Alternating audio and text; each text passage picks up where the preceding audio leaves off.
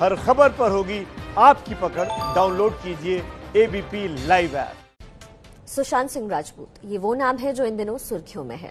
हर दिन नए नए खुलासे हो रहे हैं और जाहिर है जांच भी चल रही है। देखिए, सुशांत सिंह राजपूत केस की जांच को लेकर विवाद अब कम होने के बजाय बढ़ता ही जा रहा है। अब मुख्यमंत्री उद्धव ठाकरे भी इसमें कूद पड़े हैं। उद्धव ठाकरे ने मुंबई पुलिस का बचाव करते हुए कहा है कि इस केस के दोषियों को छोड़ा नहीं जाएगा, उन्हें सूली पर चढ़ा दिया जाएगा।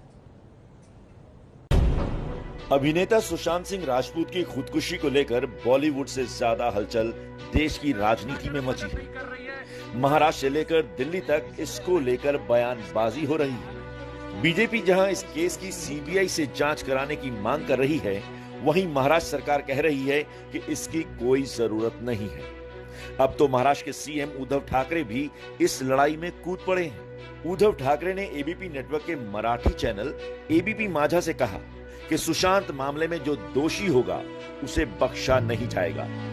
आणि आजही तुम्हाला सांगतो की ज्यांच्याकडे कोणाहीकडे ह्याच्याबद्दल सुशांत सिंह राजपूत बद्दल आत्महत्येबद्दल ज्यांच्या कोणाकडे काही माहिती असतील किंवा ठोस पुरावे असतील, या जर कोणी याच्यात गुन्हेगार असेल त्याला तुरुंगात टाकल्याशिवाय राहणार नाही, त्याला फासावर लटकवल्याशिवाय राहणार नाही।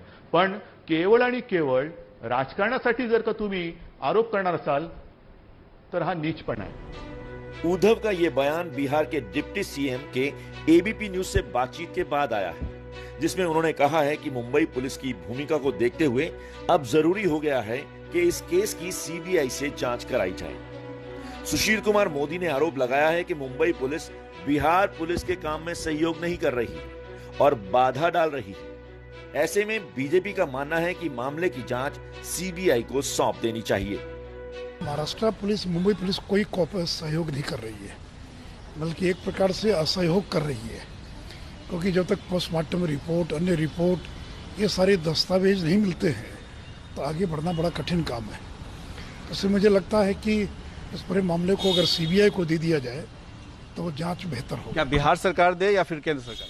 अब जो है इसमें जो भी कानूनी प्रक्रिया मुझे नहीं मालूम है, लेकिन मुझे लग रहा है कि अब इस मामले को सीबीआई को अपने हाथ में ले लेना चाहिए। इस बीच महाराष्ट्र के एक बीजेपी विधायक अतुल भटखालकर ने गृह मंत्री अमित शाह को चिट्ठी लिखकर इस केस की सीबीआई से जांच कराने की मांग कर दी है। राज्य की पुलिस ये जांच ठीक तरह से नहीं कर रही है, क्योंकि राज्य मंत्रिमंडल में मुंबई में रहने वाले एक युवा मंत्री का निहित स्वार्थ इस जांच में छिपा है, इस प्रकार की भी चर्चा है।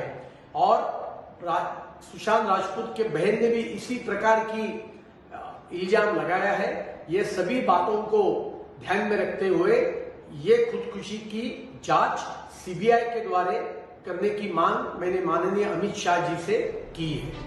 केंद्रीय मंत्री रामविलास पासवान ने भी सुशांत सिंह राजपूत मामले को सीबीआई को सौंपे जाने की वकालत की है। यानी बीजेपी और शिवसेना के बीच चल रही इस लड़ाई में अब अन्य दलों की ओर से भी सुर उठने लगे हैं। दिल्ली के पूर्व कमिश्नर रहे कांग्रेस के नेता निखिल कुमार ने भारत सरकार से सुशांत सिंह राजपूत की मौत की जांच सीबीआई से कराने की मांग कर दी है। दोनों पुलिस फोर्सेस के बीच में जिस किस्म की तालमेल बैठनी चाहिए वो नहीं बैठ पा रही है और इससे नुकसान होगा। और इसके लिए सबसे अच्छी चीज ये होगी कि भारत सरकार इस केस को सीबीआई को सौंप दे। एक तरफ सीबीआई जांच को लेकर मांग तेज हो रही है, तो दूसरी तरफ मामले की जांच को लेकर बिहार और मुंबई पुलिस के बीच भी तकरार जारी है। बिहार पुलिस ने आरोप लगा दिया है कि मुंबई पुलिस उनकी टीम को सपोर्ट नहीं कर रही। मुंबई पुलिस पटना पुलिस को परेशान कर रही है, गाड़ी नहीं मिल रही है सर, इस तरह की परेशानी पालन नहीं हो रहा है। हम लोग ने रिक्वेस्ट किया है, अनुरोध किया है, अरे मैच भी जगह नहीं है, वो सुविधा दें हमारे लोगों को, हम लोगों ने रिक्वेस्ट की है। लेकिन जो बड़ा सवाल है वो अभी भी यही है कि मामले की सीबीआई जांच होगी या नहीं।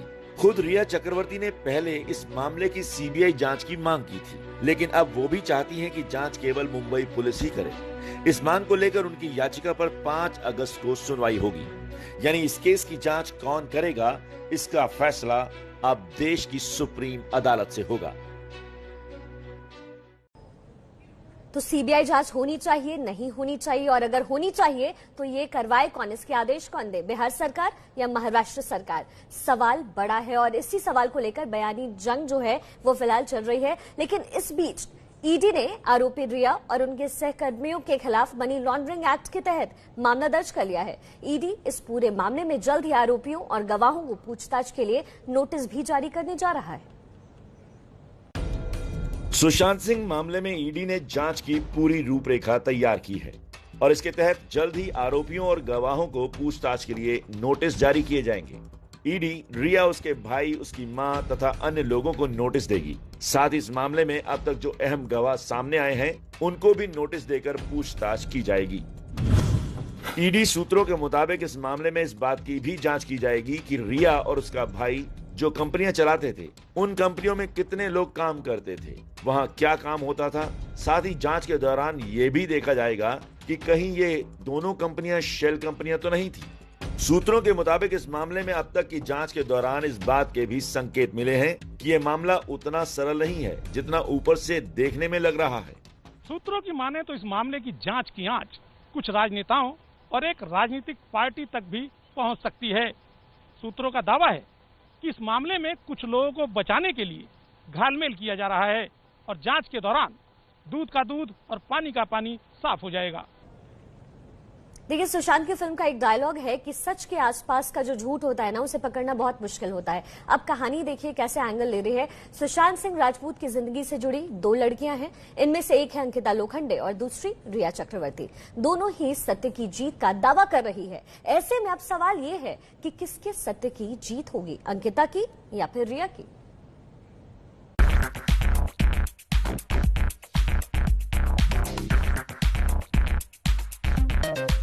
47 दिन पहले तक रिया चक्रवर्ती सुशांत सिंह राजपूत की गर्लफ्रेंड थी, लेकिन आज वो सुशांत की आत्महत्या की वजह बन गई है।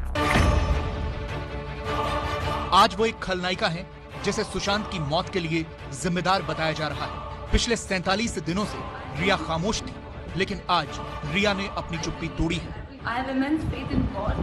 खाली कमरे के कोने में एक कुर्सी पर बैठी रिया चक्रवर्ती सामने आई।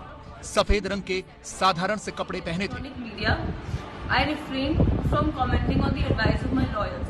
हमेशा मेकअप में दिखने वाली रिया चक्रवर्ती के चेहरे पर कोई मेकअप नहीं था।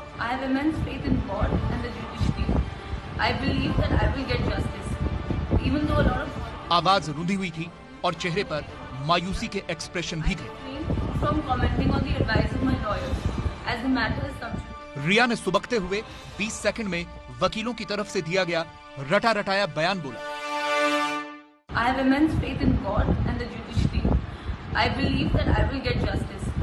Even though a lot of horrible things are being said about me in the electronic media, I refrain from commenting on the advice of my lawyers as the matter is sub judice. Satyameva Jayate.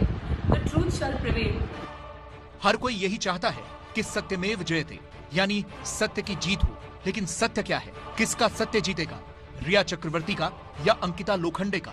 एक तरफ वो रिया चक्रवर्ती हैं, जिन्हें सुशांत की मौत के लिए जिम्मेदार बताया जा रहा है, और दूसरी तरफ हैं वो अंकिता लोखंडे, जो सुशांत के डिप्रेशन की थ्योरी पर ही सवाल खड़े कर रही हैं। 29 जुलाई को रिया चक्रवर्ती और उनके परिवार के खिलाफ पटना में एफआईआर की खबर आई थी, और उसी दिन अंकिता लोखंडे ने ये ट्वीट किया था जिसमें लिखा था ट्रूथ विंस, यानी सत्य की जीत होती है। इसके बाद आज सुशांत की बहन श्वेता सिंह ने एक ट्वीट किया, उसमें भी सत्यमेव जयते लिखा था। अंकिता ने उस ट्वीट को रीट्वीट किया और लिखा इंडीड, यानी जरूर। अगर दोनों ही सच हैं, तो फिर किसका सच सच है और किसका सच झूठ, और अंत में किसके सच की जीत होगी? सत्यमेव जयते, the truth shall prevail. वैसे आज रिया के इस हुलिये पर भी सवाल उठ रहे हैं। सवाल यह है कि क्या रिया ने जानबूझकर बयान जारी करने के लिए इस तरह के कपड़े पहने और ऐसा हुलिया बनाया? सुशांत की मौत को आज 47 दिन हो गए हैं, और इन 47 दिनों के बाद जब रिया 20 सेकंड का ये बयान देने आई तो वो नो मेकअप लुक में थी। ऐसा लग रहा था जैसे उन्होंने जानबूझकर ऐसे कपड़े पहने हैं जिनसे लगे कि वो सुशांत के गम में जी रही हैं। लेकिन 32 दिन पहले वो दूसरे अवतार में थी, और तब तो सुशांत की मौत को सिर्फ 15 दिन ही हुए थे। दूसरी तस्वीरें 29 जून की हैं, जब रिया चक्रवर्ती फरहान अख्तर से मिलने उनके घर गई थी। यहाँ उनके साथ ड्राइविंग सीट पर फरहान की गर्लफ्रेंड शिबानी ढांडेकर भी दिख रही हैं। यहाँ भी उन्होंने कपड़े तो सफेद ही पहने थे, लेकिन वो बिना मेकअप के नहीं थी। सवाल यह है कि क्या आज उन्होंने जानबूझकर अपना लुक ऐसा बनाया है। I have immense faith in God and the judiciary. I believe that I will get justice. Even though a lot of horrible things are being said about me in the electronic media, I refrain from commenting on the advice of my lawyers, as the matter is sub judice. Satyameva Jayate. The truth shall prevail.